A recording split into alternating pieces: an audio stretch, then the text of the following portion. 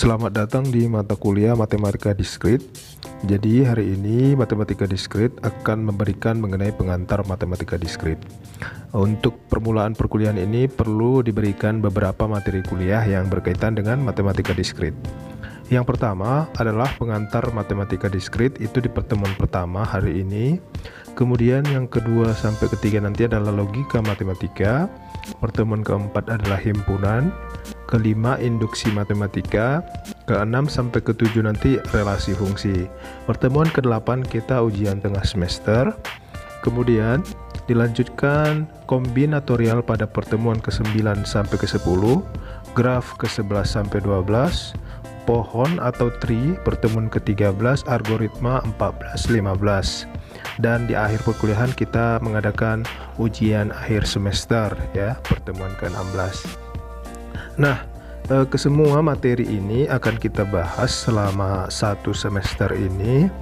Mudah-mudahan kita semua mendapat kesehatan sehingga dapat selesai materi ini semua dengan baik. Referensi kita dalam belajar Matematika Diskrit ini, yang pertama Matematika Diskrit penerbit Informatika oleh Rinaldi Munir.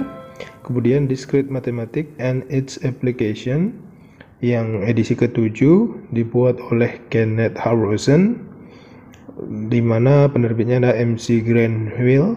Kemudian Discrete Mathematics edisi ke-8 yang dibuat oleh Richard Johannesburg, penerbitnya adalah Pearson tahun 2018. Toolsnya adalah Simulab dan Room Alpha. Baik, kita langsung masuk pertemuan pertama, yaitu pengantar Matematika Diskrit.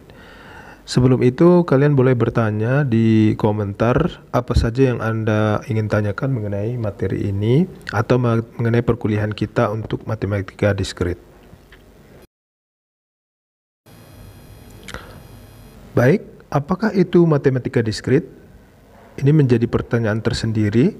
Kenapa? Karena kita membahas Matematika Diskrit, jadi kita harus tahu sebenarnya Matematika Diskrit itu apa, ya. Jadi Matematika Diskrit ini adalah objek yang diskrit atau objek yang terpisah secara individu, tidak terhubung. Elemen-elemennya ini tidak tersambung, ya. Contoh bilangan diskrit adalah himpunan bilangan bulat misalnya. Atau misalnya boleh kita sebutkan bahwa diskrit ini lawan kata dari kontinu, di mana contoh yang kontinu itu misalnya adalah himpunan bilangan real, sementara yang diskritnya seperti yang saya bilang tadi adalah himpunan bilangan bulat, ya. Jadi nampak jelas bahwa diskrit ini artinya tidak tersambung atau dia terpisah melalui aturan tertentu ya. Untuk lebih jelasnya, mari kita lihat contoh berikut. Ini adalah kurva. Kita akan melihat yang mana diskrit dan yang mana kontinu. Yang diskrit di sini adalah persamaan garis yang mulus atau kurva mulus himpunan menerus dari Y sama dengan Pnx. Adapun contoh dari diskrit di gambar ini adalah kumpulan titik-titik dari kurva tersebut, ya. Jadi yang titik-titiknya saja.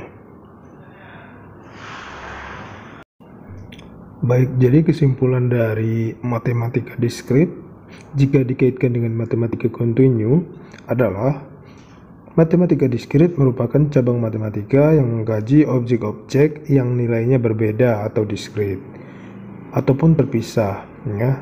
Jadi kajian di Matematika Diskrit ini adalah angka-angka atau nilai-nilai yang terpisah.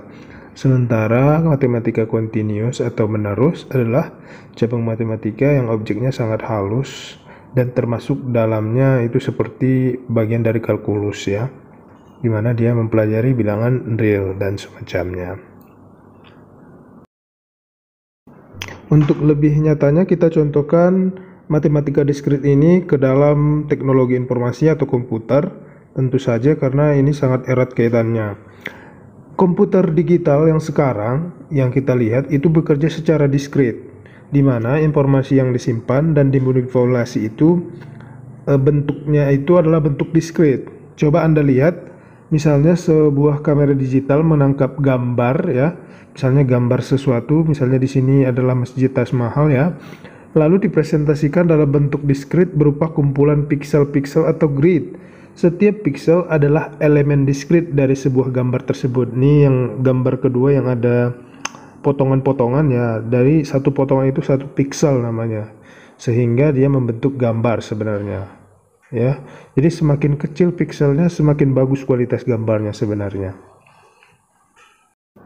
Baik, itu dia tadi apa itu matematika diskrit. Sekarang kita masuk ke beberapa bidang kajian dalam matematika diskrit yang akan kita pelajari selama satu semester ini. Di sini kita akan kupas secara ringkas saja sebelum kita bahas secara menyeluruh di setiap pertemuannya. Yang pertama adalah logika matematika ya. Kalau logika matematika ini sepertinya sudah sering kita pelajari di waktu SMA, di mana misalnya ada hubungan-hubungan antara P dan Q yang kita umpamakan di sini sebagai pernyataan. Misalnya P dan Q atau P gabung Q ekivalen dengan Q gabung P. Itu seperti itu adalah hukum komutatif dan seterusnya. Ini seperti yang kalian lihat banyak sekali hukumnya dan itu sudah kita pelajari di waktu SMA. Nanti kita akan pelajari lagi lebih mendalam. Materi berikutnya di dalam matematika diskrit ini salah satunya adalah teori himpunan. Nanti kita akan pelajari banyak sekali hukum-hukum yang ada di dalam teori himpunan. Misalnya identity laws atau hukum identitas, domination laws atau hukum dominasi ya. Commutative law itu adalah hukum komutatif, asosiatif, distributif dan lain sebagainya. Nanti kita akan pelajari semuanya di teori himpunan ya. Kemudian yang tidak kalah pentingnya dalam matematika diskrit, kita akan mempelajari mengenai relasi dan fungsi. Kenapa ini dipelajari dalam matematika diskrit? Karena untuk membuat suatu program diskrit kita harus tahu mana relasi, mana fungsi, serta jenis-jenis di dalam relasi dan fungsi tersebut. Tujuannya apa? Agar untuk bisa membuat program yang saling berhubungan satu sama lain. Dalam sebuah relasi itu ada yang namanya domain, ada yang namanya range ya. Domain adalah daerah asal, range daerah hasil. Jadi syarat sebuah fungsi itu dikatakan fungsi adalah mempunyai hubungan satu-satu ya. Misalnya yang nomor 2 ini yang fungsi ya, yang nomor 1 ini bukan fungsi karena ada 4 dan 11 mempunyai hubungan ke 5 ya, ada 2 yang berhubungan ke 5. Sementara yang nomor 2 adalah semua daerah domain dihubungkan tepat satu ke daerah hasil. Jadi itu merupakan fungsi seperti itu. Nanti kita akan pelajari lebih lanjut. Nah, di berikutnya nanti kita akan mempelajari juga mengenai induksi matematika. Induksi matematika ini adalah salah satu pembuktian dari rumus-rumus yang sangat umum kita gunakan, di mana nanti dalam induksi matematika kita akan membuat beberapa pernyataan. Yang pertama, buktikan bahwa untuk setiap kasus Pn benar untuk n sama dengan 1 atau variabel yang dianggap 1. Kemudian kita asumsikan bahwa ada bilangan lain k di mana ada fungsi k ya. Kemudian kita akan membuktikan bahwa jika pk itu adalah benar, maka kita akan membuktikan bahwa fungsi dari k tambah 1 juga akan menjadi benar. Seperti itu kira-kira nanti untuk induksi matematika. Selanjutnya mengenai teori bilangan juga kita akan mempelajarinya sedikit nanti untuk matematika diskrit ini. Gunanya adalah untuk melihat teori-teori yang berhubungan dengan bilangan diskrit ya. Misalnya ini Z itu adalah bilangan bulat. Jadi kita lihat nanti teori-teori tentang bilangan-bilangan bulat ya. Misalnya Z adalah himpunan bilangan bulat, berarti Z positif adalah himpunan bilangan bulat positif. N itu adalah bilangan netral atau misalnya itu ikut nolnya di sana ya. Kemudian R itu adalah real numbers. Nah, real numbers itulah yang bukan kajian dari matematika diskrit. Jadi nanti kita akan pelajari. Kita lanjut saja. Materi yang selanjutnya di dalam matematika diskrit adalah kombinatorial atau kombinatorika. Nah, kombinatorial ini adalah kita bagaimana mengetahui berapa pasangan yang dibuat oleh beberapa huruf yang akan kita susun. Misalnya kita mau menyusun beberapa pasangan angka dari 4 angka yang akan kita buat dari semua bilangan bulat yang ada misalnya ya. Jadi kita harus tahu berapa kira-kira susunan yang akan terbuat dari 4 susunan tersebut. Nah, tentunya kalau kita belum belajar kombinatorika, kita tidak akan tahu bagaimana cara cepat untuk mencarinya. Nanti di sini kita akan pelajari itu. Selanjutnya nanti juga kita akan mempelajari tentang teori graf.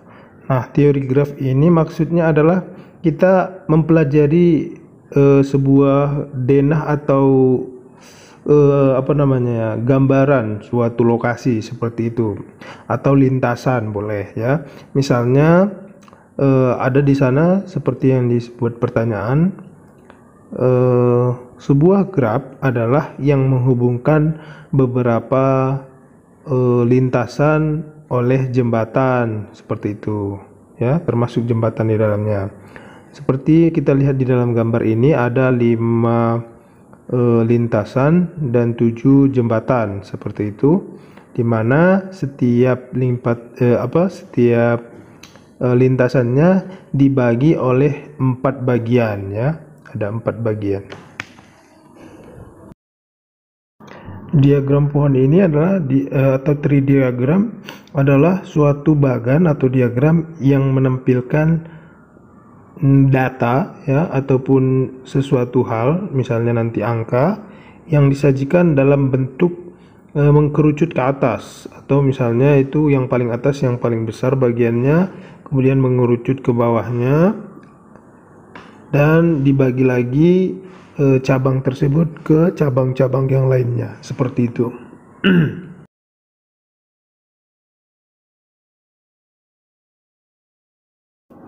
Selanjutnya contoh penerapan matematika diskrit, misalnya berapa banyak kemungkinan jumlah password yang dibuat dari 8 karakter ya, berapa ya, itu bisa kita cari nanti.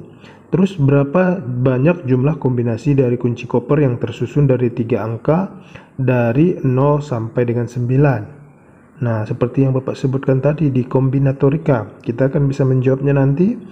Kemudian bagaimana menentukan lintasan terpendek dari satu kota A ke kota B?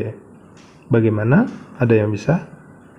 Oke, kalau tidak ada yang bisa, nanti kita akan pelajari di materi graf. Kemudian diberikan 2 buah algoritma, sebuah persoalan algoritma yang terbaik seperti itu. Ini kita belajar di algoritma dan seterusnya. Anda dapat mempause video ini untuk membaca semuanya agar lebih jelas dan bisa Anda pelajari sendiri jika Anda memang ingin mandiri. Mengapa harus belajar matematika diskrit? Ini perlu kita ketahui bersama. Tujuan dari matematika diskrit adalah mengajarkan mahasiswa untuk berpikir secara matematis, membuat argumen serta mengerti argumen matematika. Contohnya, jumlah derajat simpul pada suatu graf adalah genap. Jadi jika ada pertanyaan berapa simpul berderajat ganjil, akan selalu genap. Karena apa? Karena setiap jumlah bilangan ganjil jika dikalikan 2 itu hasilnya adalah genap. Jadi semuanya itu pasti genap seperti itu. Kemudian mempelajari fakta-fakta matematika, misalnya seperti berikut. Ada seorang matematikawan Cina yang bernama Sun Ji mengajukan pertanyaan. Tentukan sebuah bilangan bulat yang dibagi dengan 3 menyisakan 2, bila dibagi dengan 5 menyisakan 3, dibagi dengan 7 menyisakan 2. Nah, apakah Anda tahu jawabannya? Jika Anda belajar mengenai matematika diskrit, Anda pasti tahu jawabannya. Jawabannya ini adalah 23. Jadi caranya nanti kita akan pelajari di materi selanjutnya. Sampai jumpa di materi selanjutnya. Dan jika ada pertanyaan, silahkan tanyakan di kolom komentar. Nanti kita akan bahas bersama bagaimana jawaban dari pertanyaan Anda. Terima kasih.